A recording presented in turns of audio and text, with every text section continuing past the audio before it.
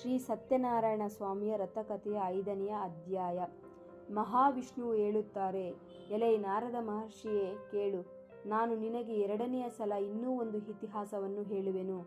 ಪೂರ್ವದಲ್ಲಿ ಅಂಗಧ್ವಜನೆಂಬ ರಾಜನು ಶ್ರೀ ಸತ್ಯನಾರಾಯಣ ರಥದ ಪ್ರಸಾದವನ್ನು ಪರಿತ್ಯಾಗ ಮಾಡಿದ್ದರಿಂದ ಅತಿಯಾದ ದುಃಖವನ್ನು ಹೊಂದಿದನು. ಅಂಗಧ್ವಜನೆಂಬ ರಾಜನು ಒಂದು ದಿನ ಅರಣ್ಯದಲ್ಲಿ ಬೇಟೆಯಾಡುತ್ತಾ ಮೃಗಗಳನ್ನು ಸಂಹಾರ ಮಾಡಿ ತನ್ನ ನಗರಕ್ಕೆ ಹಿಂದಿರುಗುವಾಗ ವಿಶ್ರಾಂತಿಗಾಗಿ ಒಂದು ಮರದ ಸಮೀಪದಲ್ಲಿ ನಿಲ್ಲುವವನಾದನು.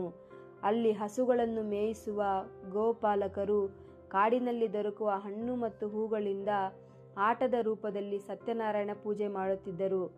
ಅದನ್ನು ನೋಡಿದ ಈ ರಾಜನು ಅಹಂಕಾರದಿಂದ ಅಲ್ಲಿಗೆ ಹೋಗಲೂ ಇಲ್ಲ ಮತ್ತು ಸತ್ಯನಾರಾಯಣನನ್ನು ಕುರಿತು ನಮಸ್ಕಾರವನ್ನೂ ಮಾಡಲಿಲ್ಲ. ಆದರೂ ಗೋಪಾಲಕರೆಲ್ಲರೂ ಸತ್ಯನಾರಾಯಣ ಪೂಜೆಯನ್ನು ಮುಗಿಸಿ ಪ್ರಸಾದವನ್ನು ರಾಜನಿಗೆ ನೀಡಿದರು. ರಾಜನು ಗೋಪಾಲಕರ ಕೊಳಕಾದ ಬಟ್ಟೆಗಳನ್ನು ನೋಡಿ ನಾನು ರಾಜನು ಎಂಬ ಅಹಂಕಾರದಿಂದ ಪ್ರಸಾದವನ್ನು ಭಕ್ಷಿಸದೆ ಮಣ್ಣುಪಾಲು ಮಾಡಿದನು. ಆದ್ದರಿಂದ ಅತಿಯಾದ ದುಃಖವನ್ನು ಹೊಂದಿದನು. ಆ ರಾಜನ 100 ಮಂದಿ ಮಕ್ಕಳು, ಧನ ಧಾನ್ಯ ಮೊದಲಾದ ಐಶ್ವರ್ಯವೆಲ್ಲವೂ ನಾಶವಾಯಿತು. ಆಗ ರಾಜನು ಇದು ಸಕಲವೂ ಸತ್ಯನಾರಾಯಣ ದೇವರ ಪ್ರಸಾದ ತಿರಸ್ಕರಿಸಿದ್ದರಿಂದ ಆಗಿರಬಹುದೆಂದು ಯೋಚಿಸಿ, ಯಾವ ಸ್ಥಳದಲ್ಲಿ ಸತ್ಯನಾರಾಯಣ ಪೂಜೆ ಆಯಿತೋ ಆ ಸ್ಥಳಕ್ಕೆ ಪುನಃ ಹೋಗಿ ಗೋಪಾಲಕರ ಸಹಿತನಾಗಿ ಶ್ರದ್ಧಾಭಕ್ತಿಯಿಂದ ಸತ್ಯನಾರಾಯಣ ಪೂಜೆಯನ್ನು ಮಾಡಿದನು.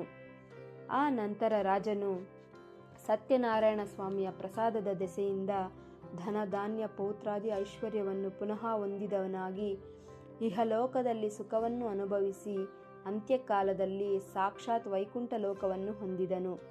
ಈ ಪ್ರಕಾರವಾಗಿ ಪರಮಶ್ರೇಷ್ಠವಾದ ಈ ರಥವನ್ನು ಯಾರು ಮಾಡುವರೋ ಅವರಿಗೆ ಸತ್ಯನಾರಾಯಣ ದೇವರ ಪ್ರಸಾದದಿಂದ ಧನ ಧಾನ್ಯ ಐಶ್ವರ್ಯ ಪ್ರಾಪ್ತವಾಗುತ್ತದೆ ಮತ್ತು ಯಾರು ದರಿದ್ರನಾಗಿರುತ್ತಾರೋ ಅವರಿಗೆ ಧನ ಪ್ರಾಪ್ತಿಯಾಗುತ್ತದೆ.